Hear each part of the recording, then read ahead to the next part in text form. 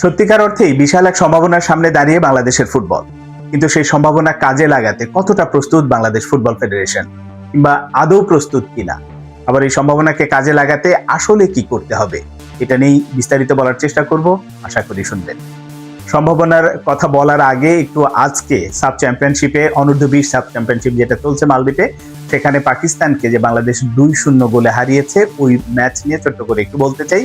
Ronan Sullivan, America থেকে আসা বাংলাদেশি বংশোদ্ভূত প্লেয়ার, প্রবাসী প্লেয়ার আমরা যেভাবে বলি না কেন, তারা বাংলাদেশি প্লেয়ার, অসাধারণ পারফর্ম করেছে। তার কল্যাণে বাংলাদেশ 2-0 গোলে জিতেছে। তাকে যদি এক পাশে রেখে পুরো ম্যাচটাকে, মানে তার ওই গোল দুটোকে এক পাশে রেখে যদি পুরো ম্যাচের বিশ্লেষণ করেন বা করতে বলেন, আমি আসলে পুরোপুরি সন্তুষ্ট না। কারণ ম্যাচটা শুরু থেকে আমি যখন প্রথমার্ধ পর্যন্ত দেখেছি, প্রথমার্ধে হতাশ হয়েছি।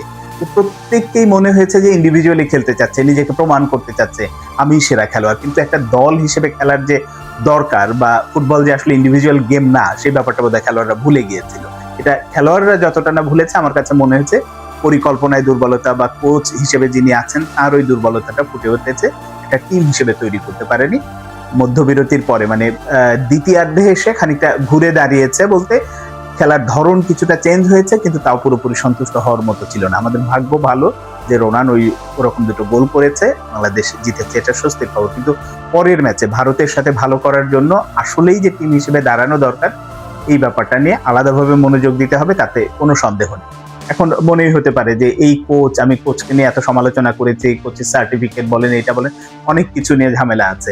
তো বাংলাদেশ যদি আসলে ম্যাচ জিততেই থাকে, চ্যাম্পিয়ন হয়ে যায়, তারপরে কি এই কোচের উপরে আস্থা রাখবে ফুটবল ফেডারেশন, বা আদৌ রাখা উচিত কিনা? আমার কাছে আমি এর পক্ষে না। কারণ এই টিমটার এখন পর্যন্ত যেটা করছে, টিমের তো প্রস্তুতিতে অনেক ঘাটতি ছিল। প্রস্তুতি ম্যাচ খেলা ছাড়াই এখানে তারা এসেছে, এরকম অবস্থা। আবাহনীর সাথে শুধু দেশে বোধহয় একটা ম্যাচ খেলেছিল, এরকম।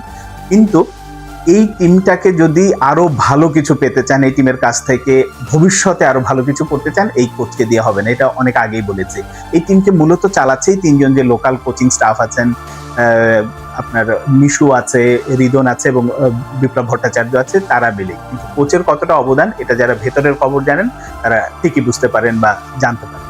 তো এই হচ্ছে এই টিমটা নিয়ে, এবং এখান থেকেই সম্ভাবনার যে ব্যাপারটা দেখেন, মোর্শেদ এবং ফয়সাল হয়তো গোল পায়নি, কিন্তু তারা যে ইন্ডিভিজুয়ালি অনেক ভালো প্লেয়ার, এটা নিয়ে তো কোনো সন্দেহ নেই। আমরা বয়স ভিত্তিক সেই আরো আগে থেকে, মানে 19, 20 বা 17 পর্যায়ে থেকে যখন থেকে দেখে আসছি, তারা অসাধারণ পারফর্ম করতে পারে, তাদের ওই ক্যাপাবিলিটিটা আছে। কিন্তু তাদের কাজে লাগানোর জন্য দরকার ভালো একটা কোচিং স্টাফ, ভালো পরিকল্পনা, এবং সেখানেই দুর্বলতা রয়ে গেছে, যে আমাদের কোনো পরিকল্পনা নেই। গোলাম রাব্বানি ছোটন এই দলের দায়িত্বে ছিলেন, তাকে হঠাৎ করে ছেড়ে দেওয়া হলো। আমি গোলাম রাব্বানি ছোটনকে পার্মানেন্টলি রাখার, মানে এই লেভেলে রাখার পক্ষে না, কিন্তু তাকে কখন সরিয়ে দেওয়া হলো, ওটা সরিয়ে দেওয়ার কোনো সময় না। যদি আপনি বিদেশি ভালো কোচ আনেন বা দেশি ভালো কোচ কাউকে দায়িত্ব দেন, তাহলে তাকে সময় দিতে হবে, একটা সময় নিয়ে কবে আসতে হবে। তো ওই জায়গায় বড় ধরনের একটা ঘাটতি।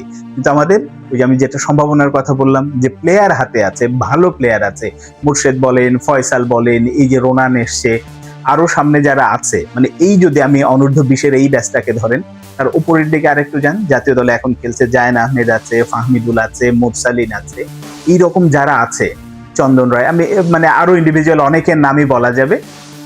তাদের মিলে কিন্তু আমাদের যে পাইপলাইনটা, জাতীয় দলের পাইপলাইন, আমরা যদি আজ থেকে 4 থেকে 5 বছর পরের কথা চিন্তা করি, আমাদের জাতীয় দলটা কেমন হবে, ওইখানে কিন্তু ভালো একটা সম্ভাবনার জায়গা তৈরি হয়ে যায় এবং আছে। এবং সেই কাজটা জাতীয় দলে তো আমি যাদের কথা বললাম, জায়ান, ফাহমিদুল, মোরসালিন, এরা তো আছে। তার পাশাপাশি রাকিবের কথা যদি বলেন, হামজা চৌধুরী আমাদের বস হিসেবে আছে। সবকিছু মিলে একটা কম্প্যাক্ট দল করা সম্ভব, শুধুমাত্র ভালো কোচিং স্টাফ, ভালো পরিকল্পনা হাতে নিতে হবে।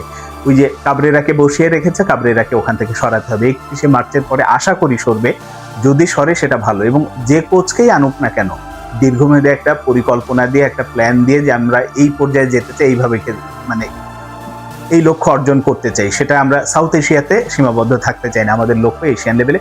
ওই রকম একটা টার্গেট দিয়ে যদি বয়স ভিত্তিকে ভালো একটা কোচিং স্টাফ দাঁড় করানো যায়, সাথে জাতীয় দল, এটা তো আছে, আমি কোচিং স্টাফের কথা বলছি, পাশাপাশি আমাদের ঘরোয়া স্ট্রাকচারটাকে অনেক বেশি মজবুত করতে হবে। ঘরোয়া ফুটবল যেটা এখন চলছে, ওটা নামতে আসতে চলছে, মানে সেই স্টেডিয়াম, মানে মাঠগুলোর যে বেহাল অবস্থা, 1-2টা ভেন্যু বাদে সবগুলোকেই যেভাবে খেলার উপযোগী করা। মুখে অনেক কথা বলছেন তাবিদাওয়াল সাহেবরা, কিন্তু আসলে মুখের কথাতেই শেষ কথা না, কাজ করে দেখাতে হবে।